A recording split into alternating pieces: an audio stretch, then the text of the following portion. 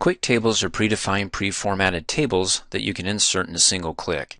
And to find out what built-in tables are available, just come up here and click on the Insert tab, go to the Tables group, click on Table.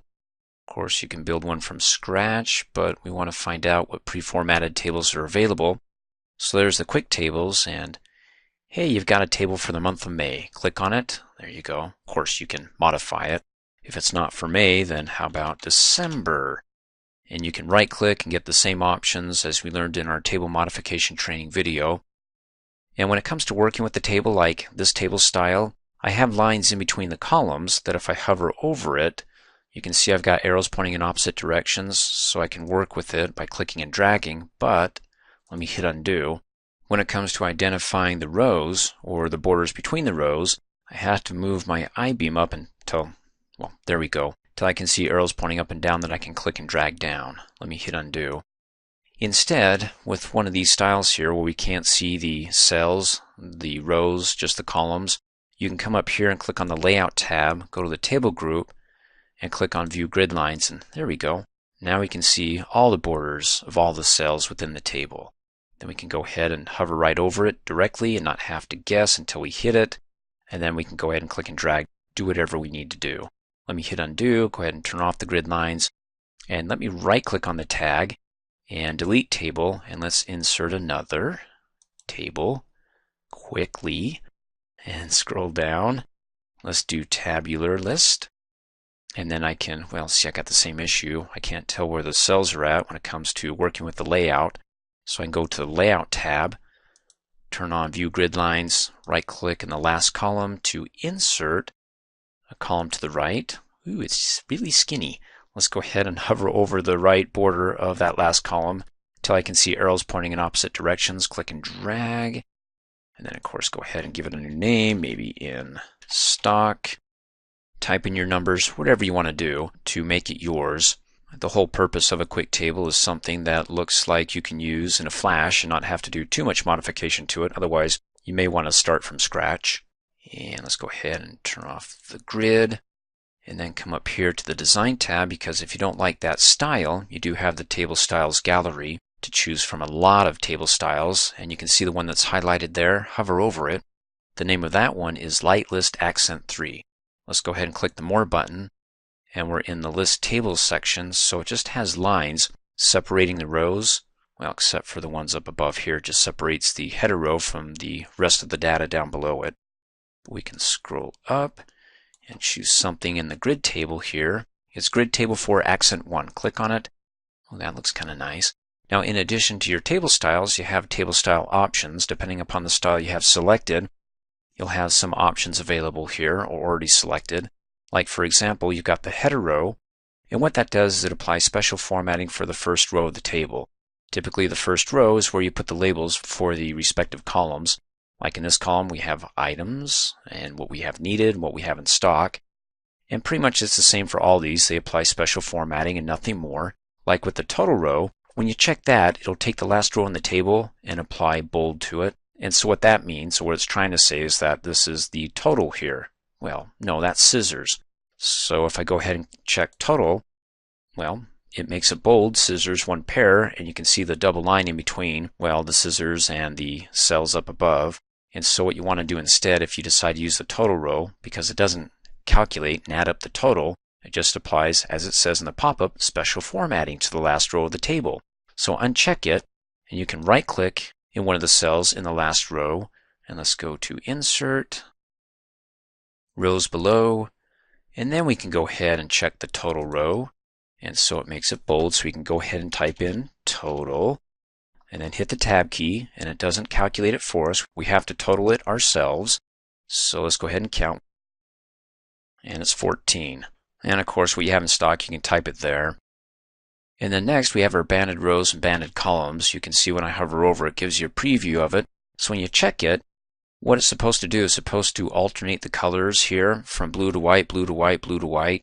So when you've got a lot of columns and you're looking at a single row here, like for pens, your eye doesn't ski-waver around when you get over to the other side and go, okay, the total number for pens in this column is something you're not choosing from the notebooks row. And so that way, stay in the blue. If you go up, you're in the white. That's not good. Stay in the blue. So there's banded rows. Uncheck that. And you have banded columns. So you can keep in your corresponding column, white or blue, alternates it. Of course, you can have both, but that gets a little bit too funny for me. I'm going to go ahead and undo that. And then you have first column and last column. If you check first column, it makes it basically bold all the items in the first column here. So more specifically, I would do that to offset it so people can quickly identify that these are the labels for these rows. Like we have the header row that's in a special format. Or you can also do the last column. And what that does is when you type something in here, like a number, it just makes it bold. So maybe, like if you had 5 or 6 columns, this last column, if you check it, you could say it could be like up here for the totals for all the columns here in the final column. Let me go ahead and uncheck that. ADD alert, I'm having an ADD moment. If you go ahead and you format any text, make it bold, make it a colorful thing, italics, and you want to quickly clear all the formats applied to that, go ahead and select it, hold down the control key and hit the space bar, and there you go. Now it's not just for tables. Let me click, down below it, and type in a name or something, and then go ahead and hold down the shift key, hit the home key so I can select everything from the end where my cursor's at to the beginning of the line, and make it bold, red, apply all the fancy formats, and then with it still selected, hold down the control key, hit the space bar, and it clears it. If you no longer want to be able to work with the data in the table, you want to get rid of the table and keep your data, you could cut and paste to get it out of the table and then delete the table, but that's a little bit too much for me. I'd rather use this fancy feature called Table to Text. Go ahead and click anywhere within the table, because up here we've got the related contextual layout tab that we need to get to go to the data group, and it's right there, Convert to Text. Click on it, and it says, how do you want to keep your data separate? In other words, the default recommendation is tabs, because right here in the table you have cells. So in row 1 you have books, then you've got a line, and then the next one, which is, how many books? 1. If you use tabs, after it removes the table, it keeps the data, but it'll separate it by tabs. If you do paragraph marks, then that's kind of crazy, because for books it'll be in its own paragraph, and then below that will be 1, and then below that magazines, then below that 3, and that doesn't work for me. So you can choose the default or stick with the default tabs. You can do commas, or you can do some other character that separates the data. I'm going to stay with tabs and click Okie dokie, and there you go. Come up here on the Home tab to the paragraph group and turn on the show codes, and there's all your tabs. Now in addition to that, notice how, up here on the horizontal ruler, we got our left tab align.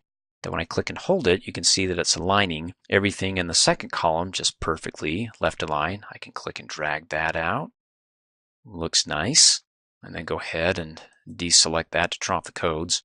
And then if I want to do this vice versa, convert the text into a table, so I can do some special formatting and organizing it according to tables instead of using the tab stops. Then with everything selected here, I can come up here, click on the Insert tab, go to the Tables group, Table, down to Convert it to Table. Click on it, and it says the number of columns we believe you want is what we see here, 2 columns, so 2 columns in the table. You can go ahead and increase that if you'd like. I'm going to keep it. And when it comes to auto fit behavior, you can have fixed column width, which is set to auto. Of course, you can define that by clicking on the spin dial up to 0.3 inch, 0.4, and let me go all the way back down to auto. You can do auto fit to contents or auto fit to window. We talked about that in our table modification training video. And so I'll leave it as is. And how's it going to separate the text? Well, how it's being separated right now is by tabs. So if it was separated by paragraphs, you choose that, or by commas or something other. So I can just go ahead and click Okie dokie, and there we go. Ooh, that's quite lengthy, isn't it? So I can do the auto fit by coming over here and hovering over the right-hand border of this column, and then double-clicking really fast, and it brings it in to fit it to the longest text cell within that column, or the contents of the cell within that column. And I can also do it right here, double-click really fast. Cool. There are a couple ways you can insert symbols or special characters into your document, and one way is really simple. You just have to type. For example, if I want to insert the copyright symbol in front of my company's name, well, let me click in front of it, hit the space bar and arrow over to the left, so I'll have some spacing between it. You can just type in for the copyright symbol, open parentheses, C, close, and voila, there you go. Now, how did it know to do that? It's using the autocorrect feature, which we talked about, albeit briefly, in an earlier training video. But here, after you type it in and it automatically corrects it, you can hover back over that autocorrect, and you get that thin blue line below it. Hover over that, pops open into the tag, click on the tag, and you can change it back to C, open and close parentheses, or stop automatically correcting it, or look at the autocorrect options, click on it, and there you go. The left column is what you're going to replace with what's over in the right column. And you can see that there's the open close parentheses with C in the middle and what it's going to be replaced with. In any case, we'll go over the autocorrect feature in a later training video, so let's click cancel, keep it simple here. And let's click at the end, hit the spacebar a couple of times. Now you can do it that way if you know what to type in, or you can come up here, click on the Insert tab, go to the Symbols group, and click on Symbols, and there's your symbols. You can go ahead and click on any one of those to insert it. That works. Let's go ahead and click on it again, and if you want more symbols, well, you got quite a few here, and so it's selected the font for symbol. You can go ahead and scroll up or down to find your symbol, and you can see my recently used symbols, a happy face. And so if I want to go ahead and double click, it'll insert it, or if you select it, click insert and close out. There you go, double click or select and click insert. Gives me the extra two there. Let's do it again, click on symbols, to symbol, to more symbols. And in addition to what you see here, you can click on the drop down arrow and scroll all the way down to the W's, because down there you get more when you select Wingdings. That's kind of a kooky name. Wingdings, Wingdings 2 and 3. Go ahead and select one of them, and oh, you got quite a few more symbols. Go ahead and scroll through any one of these. Find one that you like or you want to use. How about the X in the box? Double click on it, inserts it, go ahead and close out of it, and there you go. Let me click in front of it, hit enter, because at that size it's kind of tiny. If I want it to be larger, then go ahead and select it. Then come up in the mini formatting toolbar, change the font size to something larger. There you go. And then finally, symbols, to symbol, to more symbols. Don't forget you've got the special characters tab. And so you got the shortcut keys for those special characters, like copyright. You can do Alt-Control-C. You can also add your own. Click on shortcut key, and you can see the current keys that are assigned to it. So if you want to try something in addition to it, or select that and remove it, which I'm not going to do, but you can do it, then go ahead and, let's do Alt-A. Hey, it says it's currently unassigned. Fabulous. So let's go ahead and click Assign, close out, Alt-A, Alt-A, Alt-A. Awesome. One last thing, like with the registered trademark, if that's something that you don't want at the same level as, like in this case, my company name, I like it just above it. You can superscript it. So let me go ahead and hit the backspace key a couple of times, click and drag, delete those, select the registered trademark, and then Control-D is the shortcut keys to open up the font group or the expandable dialog box button for the font group. Let me close out, go to the Home tab. It's like clicking on the expandable dialog box button there. You can see in the pop-up, shortcut keys Control-D, click on it, and let's go ahead and do something super. So it takes it, you can see in the preview window, makes it tinier, lifts it up above the line. So when I click Okie dokie, there's superscript. Raises it so it's not at the same level, so we look a little bit more legitimate with pretty much what everybody else is doing, because hey, follow the crowd. If you want to insert an equation that contains a bunch of special characters, as you recall from your days in algebra, like fractions or more advanced equations, then come with me, neighbor. Up here, click on the Insert tab, go to the Symbols group, click on it, and there you go, you got your equation. Now the pi will insert a blank equation, so you can start from scratch, or you can click on the drop-down arrow and choose one of the built-in and then tweak it, make it your own. Let's start from scratch, click on the pi, and it inserts a box that says go ahead and type your equation here. Of course, you get the help from the related contextual design tab to insert some of these symbols here, but let me start off by typing in, well, I'm making this up as I go. I've got my own equation for the universe, A equals, And let's come up here and use one of these symbols or structures like brackets. Let's select that bracket. And then if I want to tweak it, let me go ahead and select the box within it and convert that to a fraction, like that one, stack fraction. Click on it. And then I can go ahead and replace the box up at the top by typing over it after I have it selected, P minus MQ. And this box down below, I for imaginary numbers, because when it comes to math, I can imagine a lot of numbers. And then if you like what you've got some equation options. Click on the corresponding drop-down arrow. The default's professional, and so if I leave it like that, it's got it stacked, or if I want it linear, click on that and it stretches it out, and you got the order of operations. So the first thing you do is the inner set of parentheses, which is P minus MQ. Then after you complete that, then you go to the outer parentheses, which is the result of P minus Q will now be divided by I. Click on the drop-down arrow. We can go back to professional, click on it again, and you can go ahead and change the justification. You can do left align. Oh, it's ghosting here. There we go. Or with it selected, you can click on the Home tab and go to the paragraph group and, do your alignments there. Oh, it's ghosting again. There we go. And if you want to go ahead and move it to another line, well, first off, let me come up here, go to the paragraph group and turn on the codes. I've got some extra lines here, but if I didn't, then I couldn't move it down below, because when I click on the tag here and drag it, you see that black line that's going up and down? That's going paragraph by paragraph. If there's not a paragraph marker there, then it can't move there, so I can't go down here and move it. So as far as I can move it is the last line, let go. There we go. And then if you want to get rid of the box, well, with the tag selected, it selects the entire equation, you can hit the delete key and it gets rid of it. Let me go ahead and undo that, because if you want to use this later on and you don't want to rebuild it, go ahead and click on the drop-down arrow and you can save as new equation. Click on it. Opens up the Create New Building Block window, and we haven't talked about building blocks. We will in a later training video in greater detail, but in short, to give you something to tie you over till then, is that you got the name of the equation, which, well, is what you've got in the equation. And if that doesn't work, you can go ahead and delete it and type in something spiffy. That's my spiffy EQ. And then the gallery is the equations, meaning that when I come up here, click on Insert, go to Symbols, and go down to Equations, go to the built-in equations. At the very bottom of that gallery will be my own, which will be this right here, spiffy EQ.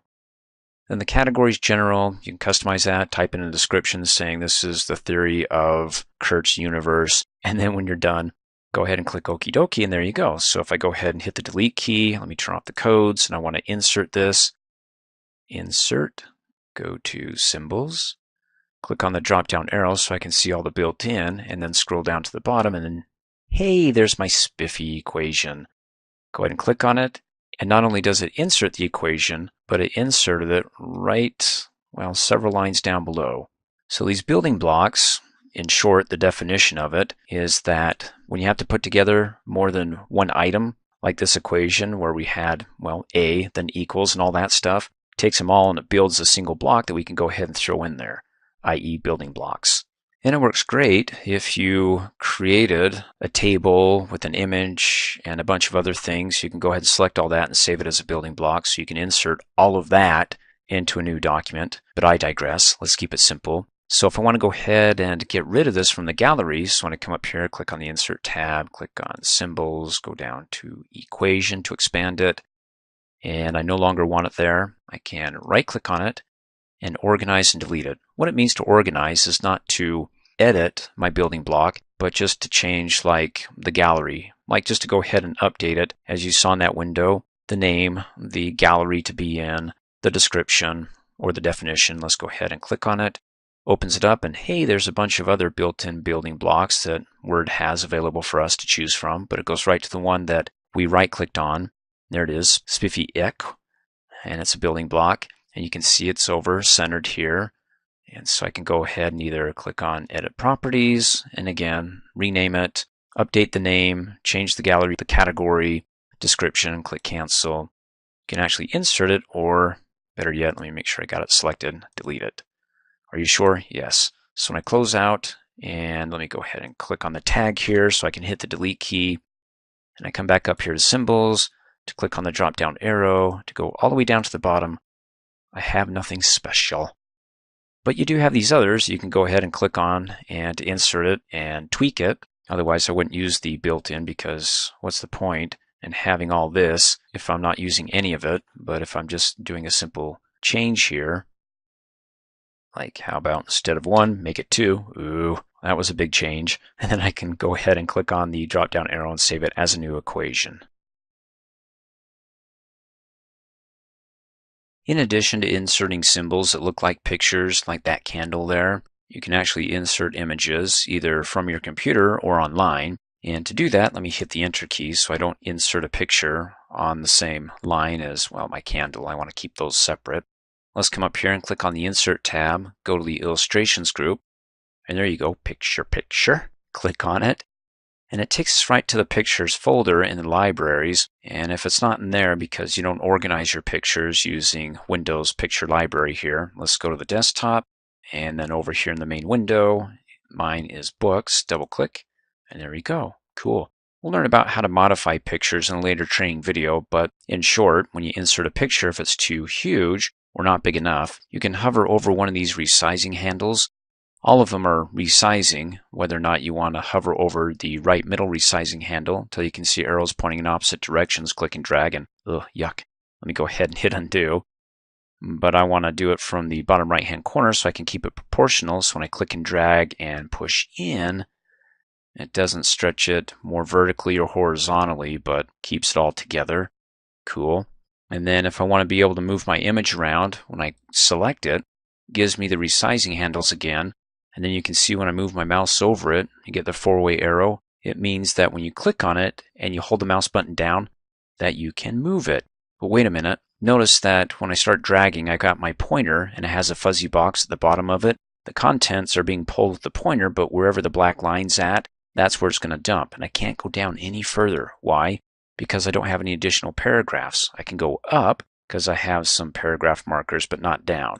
So if I come up here on the Home tab, go to the Paragraph group, turn on the Show Hide Codes, well, I can move it all the way around and on any one of these lines or paragraphs. So if I click at the end of it, hit Enter, Enter, Enter, Enter, Enter, then I can go ahead and click on it, then click and drag it, and you can see the black line. Wherever there's a paragraph there, and let go, you'll be able to move it there. So let me go ahead and turn off the codes, and let's hit undo, and click after it, hit enter, and now let's insert a picture from online. Come up here, click on Insert, go to Illustrations, right next to it, Online Pictures, click on it. So that way if you don't have a specific picture that you're looking for available on your computer, you can go ahead and, well, search the web, type in what you're looking for. How about Christmas? Type it in, the keyword, hit enter, and then down below you want to make sure that the results that you see are tagged with Creative Commons licenses. You can review the license to ensure you comply, so you can go ahead and click on that link, make sure you're okie dokie. And also you're responsible for respecting other rights, including copyright. Learn more here. So after you understand all that, then go ahead and pick one that fits the description there. Oh, look at that. Mickey and Minnie are having a nice Christmas. Let me select them and click on Insert. Oh, that's kind of huge. Image isn't all that great, but let me go ahead and hover over the bottom right-hand corner resizing handle until I can see arrows pointing in opposite directions. Click and drag to push it in. I can fit it more within my document here, a little bit more. And then, of course, I can hover over it, click and drag it around wherever there's a paragraph, like right there. And we're good. And we'll learn about modifying these pictures in greater detail in a later training video. I've got a total of 3 pages in my document, and you can verify that down below in the status bar. You can see I'm on page 1 of 3. And to quickly get to the end of the document, I can use the shortcut keys, Control-End, E-N-D, and it takes me right down below. You can see on the status bar, I'm on page 3 of 3 now. Let me scroll up. I've got my bulleted points in the last paragraph. If you want to be able to take part of your text on a page and move it over to the next page, you can do it one of a couple of ways. Like if I want to do it to my last paragraph, let me click in front of it. And I can hit the Enter key a couple of times, well, at least enough until I push it on to the next page. But the problem with that, let me come up here on the Home tab to the Paragraph group and turn on the codes. is that I've got a lot of extra codes, and when it comes to using advanced features and editing my document, if there's a shortcut available, use it because, well, the more code you have, the more challenging it gets to work with. And so what shortcut do we have? Let me go ahead and hit undo. Come up here, click on the Layout tab, go to the Page Setup group, and we're looking at breaks. And you can see in the pop-up, Insert a Page and Section Breaks. Click on it, and you got two sections. You have your page breaks and you have your section breaks.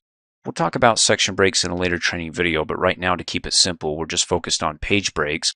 And you can see it's going to mark the point at which one page ends and the next page begins. Now I want to be careful before I click on this because wherever my cursor is flashing, that's where it's going to take everything to the right and down and push it on to the next page. And so if I click after the tab code and I insert a page break, it'll push this everything from that point forward down to the next page, but it won't have it indented. So I want to make sure I click in front of everything, so it's probably a good idea to turn on the codes to make sure that you're in front of the tab code if there is one. And then come up here, click on breaks, and click on page. Boom. Takes me down to the next page and it has it inserted. And it's got my text. So when I scroll back up with the codes on, looky there, we got a code for breaking the page right there. So if I want to be able to undo that, and I don't have the undo option, and I go to the Home tab and turn off the codes, and I'm like, oh, how do I bring this back up? It's on the other page. Well, you could, with the cursor flashing all the way to the left-hand side, hit the backspace key a couple of times until it brings it back up. Or, let me hit undo, you can come up here and click, well, the tricky thing is when you're coming up here and trying to click, there's a page break code there, and if I don't click right, the cursor's not flashing, so I can't delete everything to the right of it or that page break code. So that's where the code comes in handy. Oh, there you go, it's stretched all the way across, and there's the cursor flashing to the left of it. So when I hit the delete key, it deletes everything to the right of it, deletes the code, and we're back to where we started. Now when it comes to printing your documents, it doesn't print the codes. Let me go ahead and hit undo so you can see the code there. For example, let's go ahead and click on File, go backstage down to Print, because what you see over in the print preview is what's coming out of your printer. And so do you see any code, page break code there at the bottom of page 3 or towards the bottom? Let me go to page 4. Any paragraph codes or spacing? I don't. So let's go ahead and go back. And let me delete the page break code. And let's do a shortcut. Instead of coming up on the Layout tab and going to the Page Setup group to breaks, the shortcut keys are Control, Enter. Scroll back up, same code, page break code, cool. Let's go ahead and turn off the codes, go to the Home tab, Paragraph, deselect it. Now when you're reading your document, let me click and drag the scroll bar, and I go down to the next page, there's a lot of white space. And there's a way to go ahead and get rid of the white space so you're not wasting time scrolling. If all of your pages just have the top page with content and the bottom half doesn't. And you can do that by, well, scroll down to find the borders between the two pages, any two pages, like between 3 and 4, or you can scroll up and, do like 2 and 3, doesn't matter. Just go ahead and hover over the break in between the two, and you can see when you hover over it, you get arrows pointing in. It wants to collapse it when you double click. So to hide all the white space, not just the extra space that you have below the text, but also the headers and footers, it'll collapse those as well. So let me go ahead and click right here. You can see you've got the 1-inch footer here. That will disappear, but also any extra white space above that. So when I double click on it really fast, got to be careful when you double click. You might actually double click on something else. Nonetheless, notice that when I'm scrolling down, I don't have to do any extra scrolling to get to the content of the next page. So cool. Got rid of the headers and footers and all the extra white space above or below it. And you can see with the cursor flashing here over the left-hand side, there's no shaded gray. I'm not seeing the header for that page. And then when I click up here, at the bottom of the page, there's no shaded gray for the footer. So if I want to be able to see them again, my headers and footers, then you can hover over the line in between the two pages, and it doesn't matter. Any page, because it collapses all of them, hides the white space.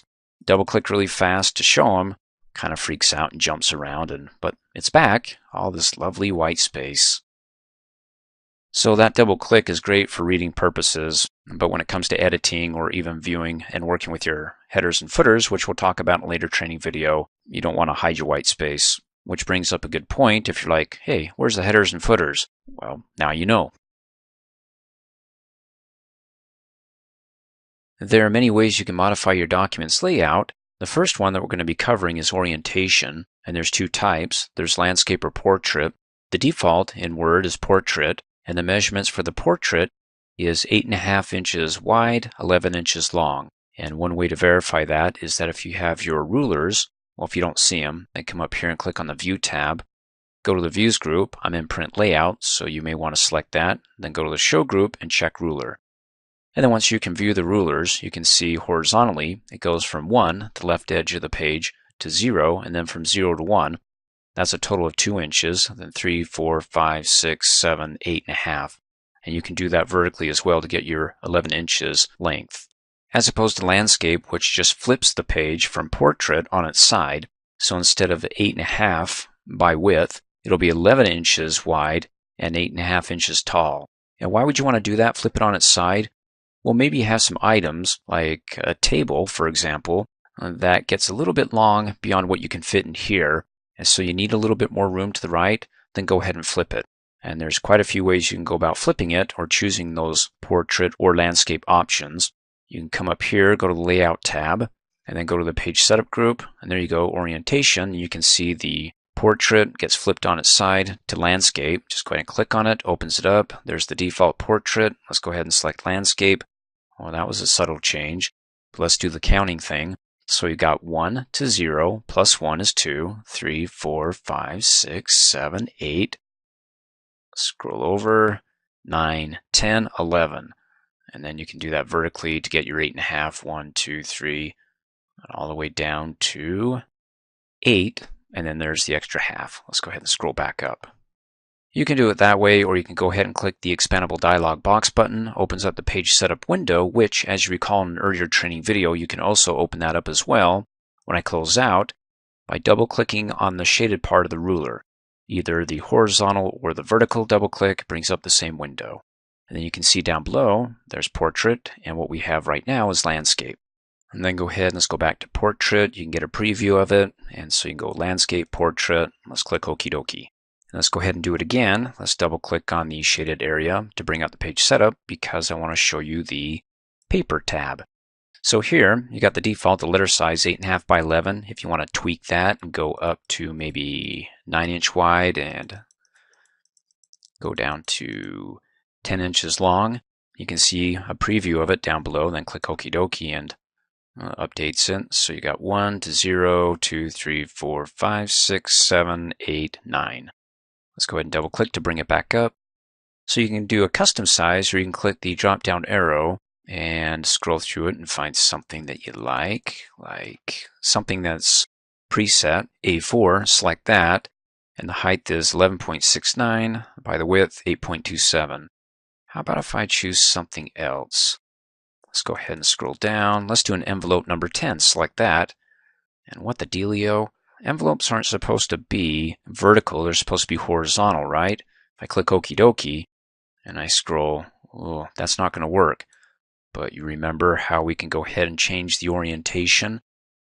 Because that's what it's going to require. On the Layout tab, click on the Orientation, go Landscape. Let's go ahead and take a better look at this by zooming out, clicking and dragging the slider on the zoom bar there and drag it out. There we go. Now that looks like an envelope. So I can go ahead and type in my return address in the upper right hand corner, then come down here, hit enter, enter, and then go ahead and we can either tab over or go on the home tab and do center align and then type in the person's address there. And let's go ahead and come back up here, double click on the shaded ruler, and let's change this back to letter. Well, not 11 by 8.5. So let's go back to margins and switch back to portrait. So it's 8.5 by 11 inches long, and then click Okie dokie. And then notice how I got some extra white space over to the right hand side. Well, you can come up here and click on the View tab and deal with the zoom issues here. For example, if I want my document to fit the whole window, I can go ahead and select Page Width. Automatically fills the entire width. Or you can click on the zoom here and say you want it at 75%. And when I do that, well, right now it's at 114 to fill the entire window, but when I click 75, there you can see that the document is now being pulled in on the left and right hand side. Now you can do it that way, but if you're not on the View tab, click Cancel. You can come down below and just go ahead and click on the percentage there. Opens up the same zoom window. I'm going to go ahead and leave it as is.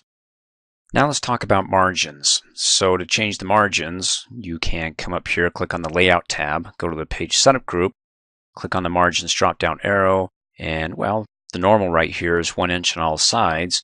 You can go ahead and choose another template or come down here and click on Custom Margins, which you can bring up the same window here. Let me close out by double-clicking again on the gray part of the horizontal or vertical ruler, which is my favorite shortcut. And there you go. Let's do left instead of at 1 inch. Let's go ahead and put in 0.5. Hit the Tab key, and then you can see the lines in the preview window get closer to the left-hand side when I click Okie dokie, and ooh, it's getting kind of tight there, a little bit squishy. Anything too close to it may not print. Depends upon the printer. Photo printers, you should be able to get really close, if not right on the border of the page, but in any case, I'll let you figure your printer settings out. And if you want to go ahead and undo that, well, we can hit the undo or double click on one of the shaded parts of the rulers here. And let's go ahead and type in 1, so we're back to that, hit the Tab key, and then let's go to the Layout tab. And I want to talk about the vertical alignment, because if this is all you got within your page, maybe it's the title page, and the title page is typically something that I've seen. You move and center it vertically, so if you want to do that, then go ahead and click the vertical alignment, select center, and then click Okie dokie. And, well, is it centered? We can go ahead and click and drag the zoom left, and so we can zoom out. And that looks kind of centered, but keep in mind that if you have a lot of paragraphs in there, it may not appear centered, i.e., let me click above it here to the right, and then hit enter, enter, enter, enter, enter, and okay, that's not centered. But if I come up here on the Home tab and turn on the Show Codes, I'm like, oh, looky there. So I can go ahead and click and drag and get rid of all those extra paragraph codes and also the ones down below it. There you go, more centered. And let's go ahead and go back. Let's double click on this and say that we want it to the top, and then go ahead and click Okie dokie, and we're back to where we started. Now, if you have any questions about what it's going to look like, how it's going to print, you want to go to the print preview, when it comes to orientation, margins, and so on. And when you go to the print preview, what you do in there, as far as using the zoom feature, doesn't affect what you see in here. So for example, maybe you want your working area in one size, not at 44%, because, ooh, that's too tiny for me. So I can go ahead and click on 44% and say I want page width, okie dokie. Oh, that's nice. Then let me turn off the codes. So when I do Control P, it takes me backstage, the print area, to the print preview, and I go ahead and I mess with it here, and I can zoom out, and it's at 41%. Then I can get an idea of the layout and go, okay, that looks pretty good. And so when I change it and I go back to the front stage here, as it were, it doesn't mess this up. It just keeps that at the same percentage, 114%, or the monitor width. And let's go back to print preview, Control P. You also have your page setup here. You can click on that.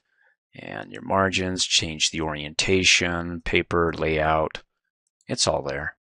As well as, well, right here as well. If you don't want to go to the page setup window, there's your orientation there. So you can stay in the print preview, adjust things there, and work with your preview here, again, without upsetting the view that you have so perfectly aligned to 114% to fill the width of the monitor. If you want to add borders and colors to your pages, if you're on the Home tab, then go to the Paragraph group and click on the Borders drop-down arrow, go down to Borders and Shading, and then click on the Page Border tab. Or, let me close out, if you're on the Design tab, then just come over here to the Page Background group, and there you go, Page Borders. Opens up the same window, takes you right to the Page Border tab. Go ahead and choose a style, maybe something dashed. When I select that, automatically adds a border, as you can see over here in the preview window, to all sides of my page, which will duplicate to include all pages. And if you don't want to add the border to the bottom, then go ahead and click on it to deselect it in the preview window. Or if you can't click quite exactly on these borders here, then you can use the buttons. That's for the bottom border, that's for the top, and of course the left and the right. In any case, let's do something more. How about if we add color to it? Let's do red. And let's go back to line and make the line thicker. Let's do 3-point. And then click on the left and the right. Change it to green. I think you know where I'm going with this. Top and bottom, because those are Christmas colors. click okie dokie, and ooh, that looks pretty fancy. But did it apply to all pages? Let's take a look-see. Click and drag, and yes, it did. Cool. Now, if you want to be able to adjust the margins for the border here, maybe push it out more towards the edge of the page, then come back up here, click on Page Border, come down and click on Options, and there you go. You can measure from the edge of the page or text. We'll keep the edge of the page, and then come up here and do the top 6, 6, 6, 6, and then watch what happens when I click okie dokie. And click okie dokie again, that is. Keep an eye on these borders here because they should get pushed right to the edge. They have practically no margin. Well, okay, 6 point. Let's go ahead and go back to page borders. And if you want to do something else, like maybe add shadow to it, well, it updates it all here, in which case if I want to customize the shadow, then I can go ahead and deselect that. But then when I do that, it goes into custom. So shadow's a one-time thing. Use what they got or forget it. Let's see, 3D. Well, I'm going to go ahead and leave that up to you. The final thing that we can look at is something artsy-fartsy. Click on the drop-down arrow. You got apples and ice cream cones. What else we got? Something Christmassy here. I like that. Updates all the way around it. I can go ahead and customize it, but I'll leave it so it surrounds the entire page. You can apply this to the whole document, or if you have sections, apply it to the sections. We'll talk about sections in a later training video, so you want to keep this in mind that you do have additional options, but right now, the whole document. And let's go ahead and click okie dokie, and ooh, that's pretty. How about page color? Up here on the design tab in the page background, there's page color. Choose something that blends well with the green. Ooh, that's a bit harsh. Okay, there we go. Red accent to lighter 80%.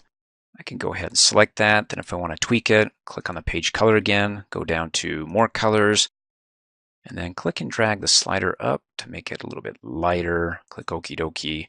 Not too shabby. And then of course to clear all this out if you don't like any of it, which is kind of sad because I worked really hard. Let's go ahead and click on page borders and then say none. Okie dokie. Page color. Choose no color. And we're back to where we started. A watermark is a faded or washed out image or text you can insert into the middle of each page throughout the entire document. That way it doesn't interfere when somebody's reading the document with that watermark in it. That they can contrast between the text and the watermark behind it. And the purpose of the watermark can be anything from a logo or text that says do not print or top secret as a subtle background reminder to all those who read the document. And so to insert a watermark, just come up here, click on the Design tab, go to the Page Background group, and there you go. Click on it. And there's some defaults there like confidential, do not copy. Let's do confidential. Automatically updates every page within the document. Can you see that? It's right behind it, so it's not so bold that you can't read what's in front of it, but it lets the person know it's confidential. Now what you see behind it, will it print off? Let's take a look-see. Control P to go to print, and there you go, print preview. Let's go back, and then we can go ahead and click on watermark and say we want to remove it, and it's gone. Let's click on the drop-down arrow again, and let's do a custom watermark. Click on it and see what options are available. There's no watermark, or how about if we have a picture? Go ahead and click on select picture. You can browse and find one on your computer or search the internet. Let's do Christmas, hit enter. Ooh, Merry Christmas, that's fun. Let's go ahead and select that and click on insert. Now keep in mind that that image is really bold, and so if we didn't have a washout, we'd be in trouble. Now aside from that, you got the scaling. You can have it done automatically, or you can say, oh, this image is going to be really huge. How about if we dumb it down a bit? Well, I mean scale it down.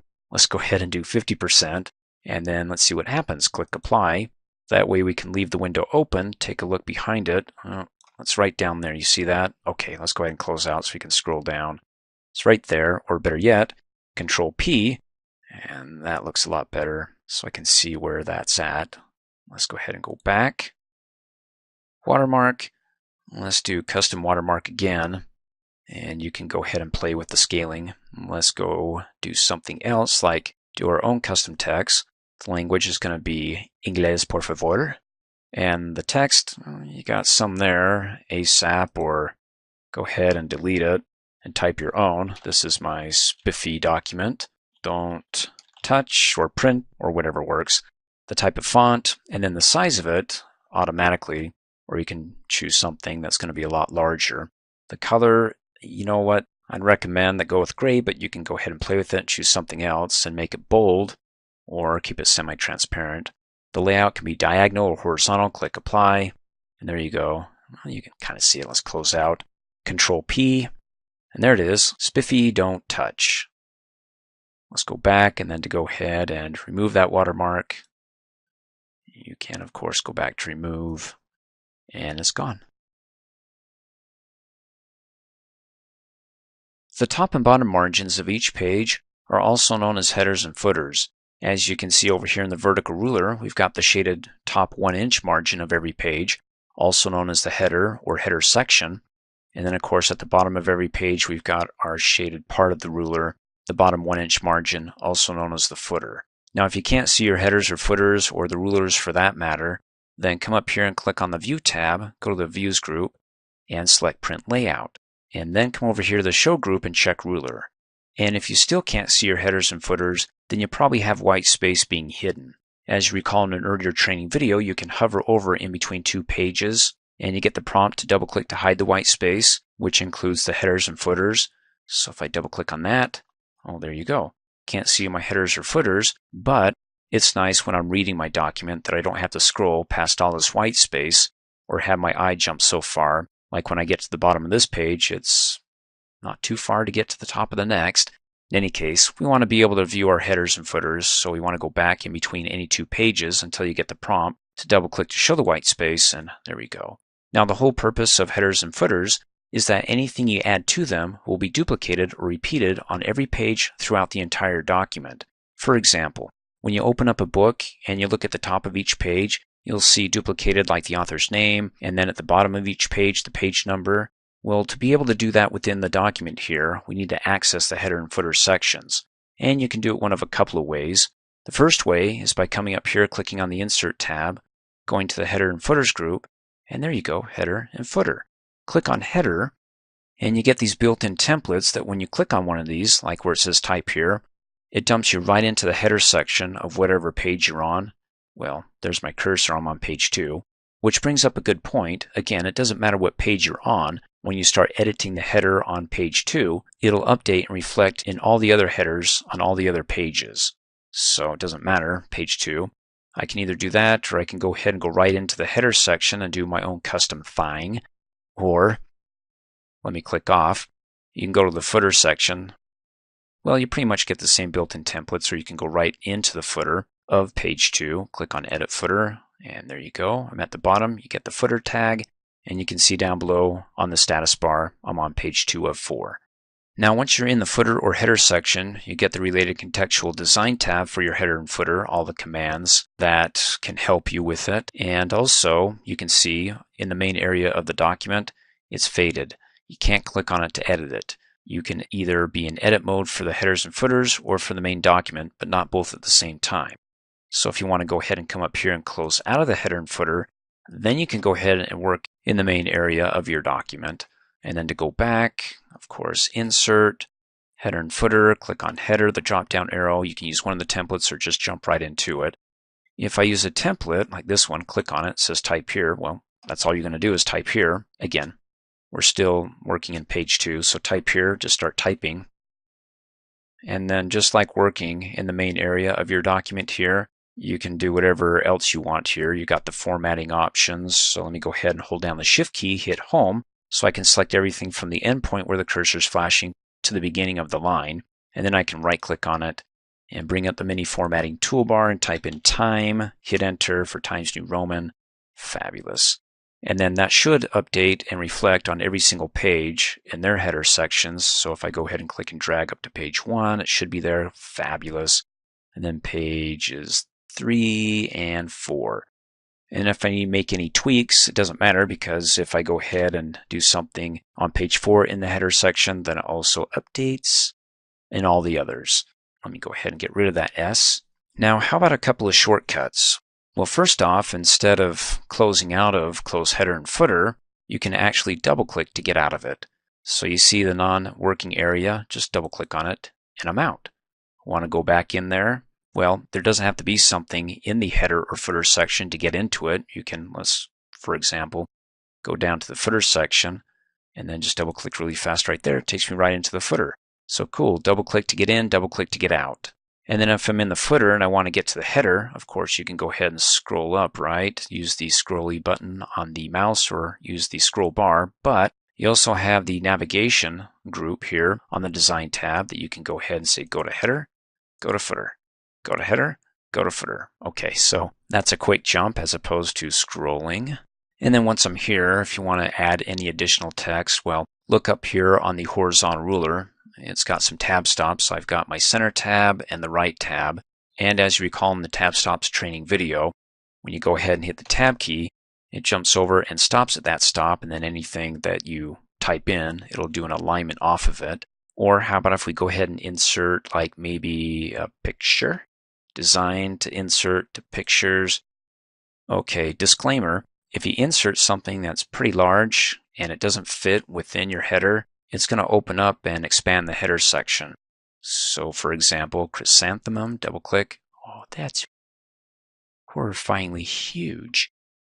Well, as you recall in an earlier training video, you can actually resize your images by hovering over the bottom right hand corner resizing handle until you can see arrows pointing in opposite directions, then click and drag to push, push, push, push, push. Oh my goodness. And then push, push, push, push, push. Phew. And you'll notice that you got quite the header here. And if you want to be able to take this and move it up closer to the top of each page, you can see it's shaded here. And then you got your working area for your header section. And then you've got your, well, bottom margin that separates the header from the rest of the document. So if I want to be able to give me more space up at the top in the header section, then hover over in between the shaded area and the white working area until you can see the pop-up top margin and you got arrows pointing up and down. Then click and drag and then let go. Oh, okay, it just freaked out and it pulled me out, but it did move the text and the image up closer to the top. And so if I need to get back in, double click and there we go.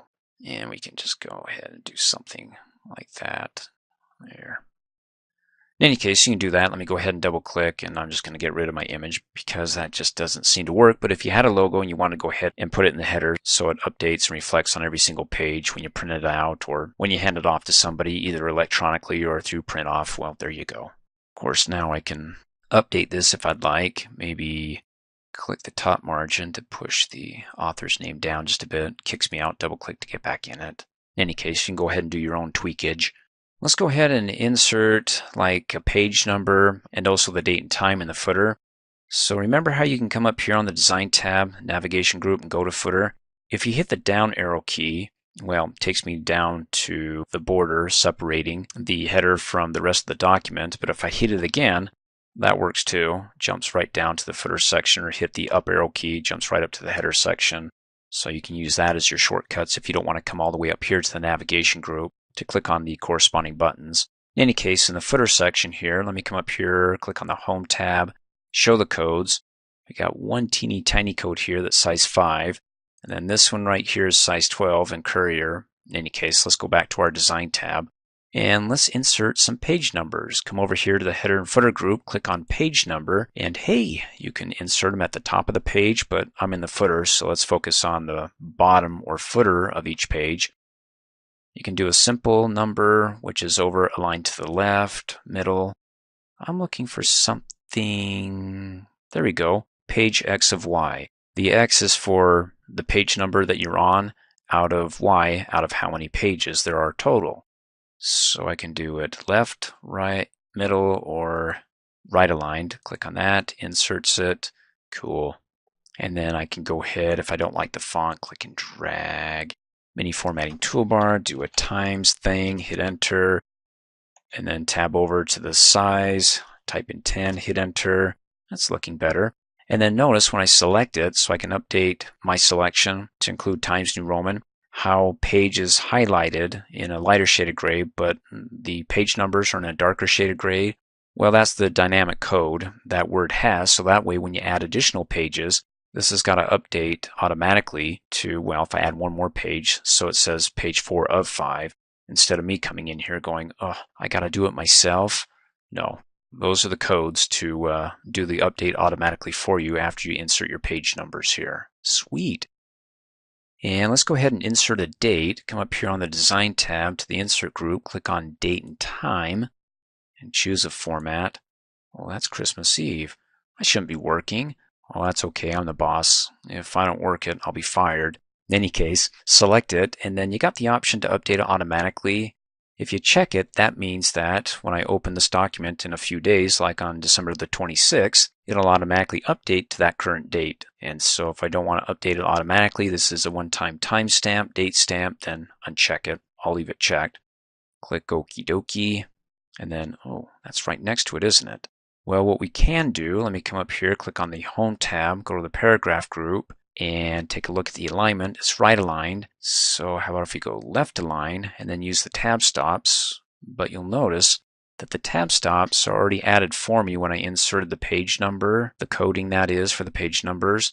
You've got your center align and then your right align. And if you don't know anything about tab stops, then you can watch my training video on tab stops, assuming that you've seen it.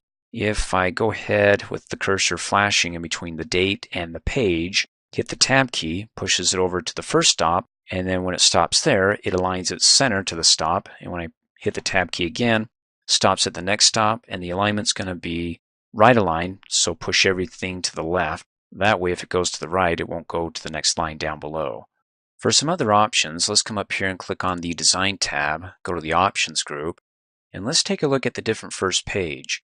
You can see that when I hover over it in the pop-up, it says it'll give the first page a different header and footer from the rest of your document. So when you check it, it automatically clears out anything on that first page, which up in the header section was the author, and in the footer was the date and also the page numbers. Now, why would you want to do that? If your first page is the title page, typically you have nothing in the header and footer sections. But if you do want something on the title page in the header and footer that's different from the rest of the headers and footers throughout the document, then go ahead and check it. And to confirm it, let's go ahead and click and drag all the way up to page 1. And notice that it updated the header tag to first page header, and it cleared out the, well, anything that was in there, and that was the author. So when I scroll down to the bottom of the first page, we're in the first page footer, cleared out the date and the page numbers. So if I type in anything at the bottom of the first page, it will not duplicate on any other footers throughout the rest of the document because it's different. Now let's take a look at the different odd and even pages. Go ahead and check it, and automatically, excluding the first page because that's different, takes a look at the rest of the pages and says you're odd, you're even. So page 2 is even, of course, page 3 is odd, and page 4 is even, and so on. So you've got your odd page here, and notice that the odd page has the author's name, and at the bottom of the odd page in the footer has the date and also the page numbers, but not on the even pages. So if I'm like, oh, I don't like that, I mean, it's okay with the author being on the odd pages up at the top in the header section. As you recall, when you read a book, you'll see on one page in the header section maybe the author's name, and on the right-hand page, something else, maybe like the name of the chapter.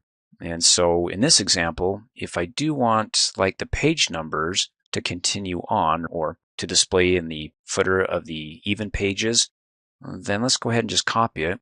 I'm going to do it from right to left because if I try to click and drag from left to right, it'll probably select the entire line, and that's annoying. Let me go ahead and do it from clicking right to left, and then Control-C to copy, and then scroll down to the bottom of an even page footer. Click in that paragraph mark, Control-V as in Victor to paste it, and I'd like it to be over to the far right. So let's come up here on the Home tab, Paragraph group, it's left align, let's do right. Okay, that's nice. So whatever I do in one, that is, more specifically, even page, it'll update all the other even pages, but only the even pages, not the odds or not the first page. So I put this in the even page on page 4. As you can see down below in the status bar, like when I click in here down below, that's page 2. So it added it there as well. Now, when you're doing that, I'm scrolling back and forth going, oh, on the odd pages in the footer section, I like this, or in the even pages, the header section, I want this, or on the first page, I want this. You can click and drag and use the scrolly bar, of course, but You can also, up here on the Design tab in the Navigation group, use the Next and Previous. When you hover over it, you can see that it says in the pop-up you can jump to the previous header or footer. Now these will only work if you have either the different first page checked or the different odd and even pages checked, or both. Otherwise it won't work. So when I want to jump to, well, there's the cursor in the even page, I can go ahead and click Next, and it jumps to an odd page. And so if I had 50 pages in my document and I was working on page 26 in the footer section and I click Next, it'll just go to the next adjacent odd page, which would be 27. And then if I went ahead and clicked Next, it would take me to the first page because it's toggling or jumping in between odd and even pages and first page. Or if I didn't have a first page, it would just toggle in between odd and an even page, whichever is adjacent. So if I'm on page 2 and I want to go to an odd page and I click Next, it goes to page 3. If I'm on page 30 and I click Next, it goes to page 31. Because remember, what you do in one, like in an odd page footer, updates all the other odd pages, and so that's where it's jumping around. And in this case, it's different odd and even pages and the first page. So when I click Next, okay, if it doesn't take me anywhere else, we're at our rope's end. So I'd have to go to Previous, which is the even page, then Previous, which is the different first page. Then I can click Previous again, and, well, forget it. It's not going to go back any further and circle around. So when I get to the end, first page, update that, click Next, and then Next. So for me, I think that's a little bit faster if I want to quickly jump to, well, in this case, a different footer for the odd pages or the even pages. And it works for the headers. You just have to jump to a header section, which you can come up here and click on, go to header. And then you can go to, well, there's the odd page header, click Next. And if it doesn't go to an even page header, you're at the end of the rope, click Previous, there's the even page header, and then what's before that? The first page header. So go ahead and use that to jump around instead of clicking and dragging and scrolling, and then clicking inside your odd page header or even page header. I find jumping around is a lot faster. Now, it's not enough to have different odd and even pages. Well, if I have a book, for my headers to have chapter 1 for the chapter 1 pages to be different from the headers for chapter 2 pages and so on.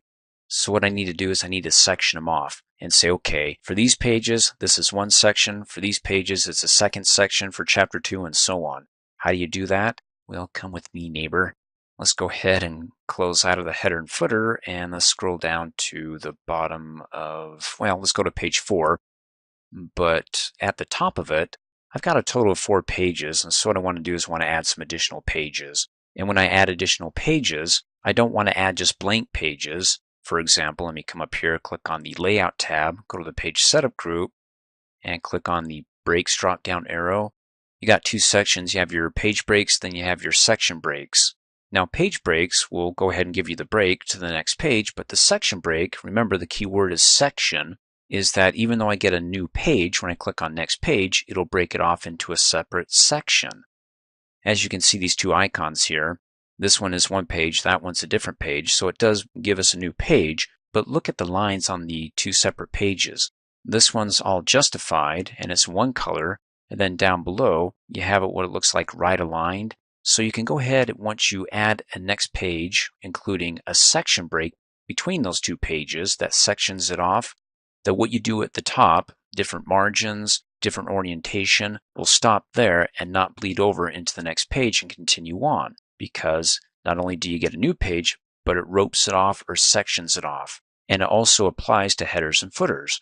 So when I add a new page, I also want to add a new section or a section break to say, okay, at this point, I want a second section. So that will be for my chapter 2. So in the headings, I can go ahead and say, okay, this is chapter 2 on the odd pages up in the header section just for that section. And it doesn't go back up into the first section and update all that. You want to see? All right. Now, as a contrast, you don't want to just add a new blank page because that's not going to section it off and separate one group of pages from the next group of pages. So we'll go over these section breaks and page breaks a little bit more in depth in a later training video, but for right now, let me go ahead and click on Next Page. And then let me scroll up. And there's the code for it. Oh, make sure your codes are on. Again, Home tab, Paragraph group, turn on the Show Codes. And you can see there's a section break, so it sections it off and gives us a new page. So How many pages do I have? You can see down below in the status bar, 5 pages instead of 4. And what page am I on? Well, the cursor's flashing there, so it's page 5 of 5. And what section?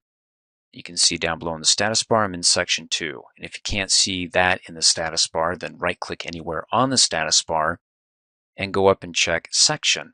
And you can see I've got a total of 2 sections. Let me click off. And so if I go ahead and I click up above this section break, what section am I now in? Section 1. If I click, well, I can't click below it because it goes to the next page, but go to the next page, I'm in section 2.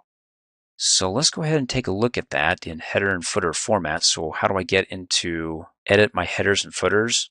Well, the quickest way is to double click. So go ahead, even in the blank header area here, double click really fast and hey, looky there. You have the tags that have, the page footer and the page header, so the header section, but in addition to that, you have sections. So there's section 1 to this point, but then we go down to the next one in this header, that's section 2. Now this one says first page header because that's the first page of the second section, and you can have that different, just like the chapter title. Like in some books I've read where the first page for the chapter, they have nothing in there, but just in the middle of the page, chapter 2. And so you don't have to have a header or footer. That's why the first page is different. If you want to go ahead and go with different first pages, for now, each section, because section 2 is going to have a different first page. And so that comes along with it when you start sectioning off. Now I want to go ahead and add additional pages because I only have, well, for section 2, 1 page. And then for section 1, I got a total of 4. So from this point forward in section 2, I can go ahead and add additional pages, but let me get out of here and close out of the header and footer. And below the section break to next page, instead of adding, let me come up here and click on the Layout tab, go to the Page Setup group and click on Breaks. Instead of adding a next page, because I just want 2 different sections, if I click on Next Page, it's going to insert, sure, another page, but then it'll have another section, so I'll have 3 sections. I'll have section 1, section 2, and I'll have the first section 4 pages, the second section 1 page, then the third section 1 page. Right now I just want 2 separate sections, so I'll just go ahead and add additional pages. I can go ahead and click on Page, click on Breaks, add a page, or the shortcut keys Control Enter to add a page. And so now I have a total of 8 pages. In the first section I have 4, in the second I have 4. And so you can see the cursors flashing there. Down the status bar, I'm in section 2. So let me go ahead and you can scroll up, click and drag the scrolly bar. There's the section break. So there's section 1. Down below there is section 2. And let me go ahead and double click in the footer section here. Everything from that point above is section 1. Everything from that point down below is section 2. So now I can go ahead and maybe not on the first page header for section 2 to say this is chapter 2, but scroll down to the next page and go ahead and say that you are chapter. And that will update on every even page within section 2, but not in section 1 because that's a different section. So let's go ahead and confirm that. So we've got the header, section 2, page 6. So page 8 should also have chapter 2. So if I go ahead and scroll down to, there we go, chapter 2, also on page 8.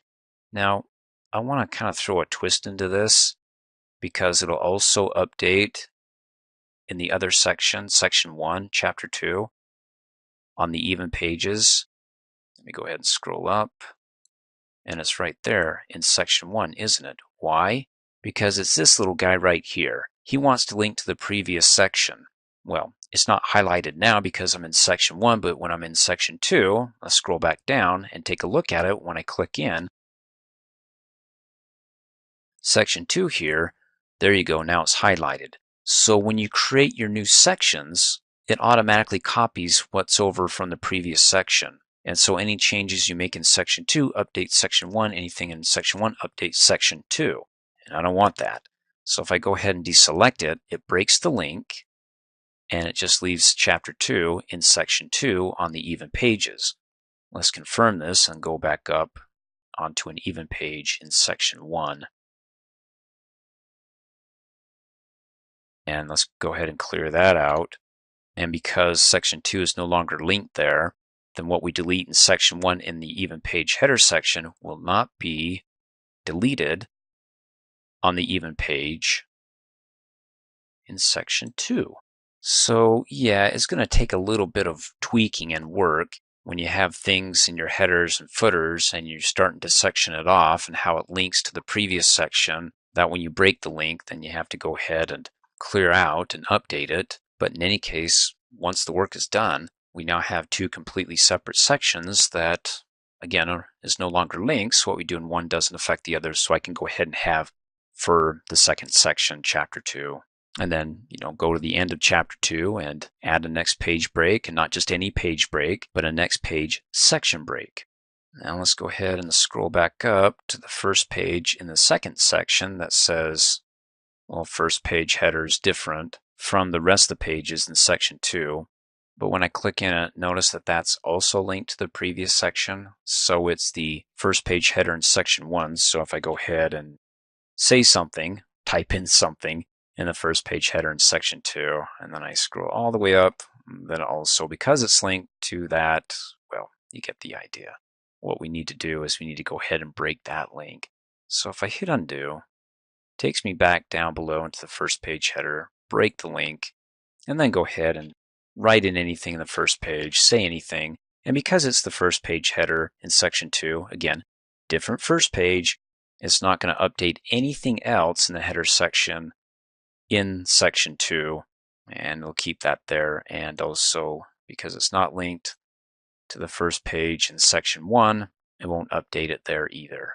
It does take some work. It's a little bit advanced for this level here, but I want to make sure that you didn't leave the header and footer training videos without understanding that yes, you can have something more than just different odd and even pages if you go ahead and learn how to section them off. And again, we'll cover on the layout tab the two different types of breaks, regular breaks and then a break that includes section breaks or sectioning off parts of your document.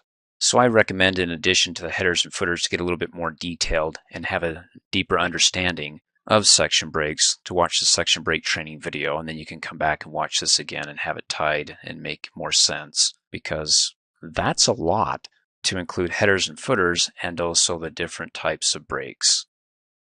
Thanks for watching. Hey, as a quick reminder, if you like my video, please give it a thumbs up. You can also click on me and subscribe to my channel to get notified of the latest videos. And for great specials on my products, please see the description below this video.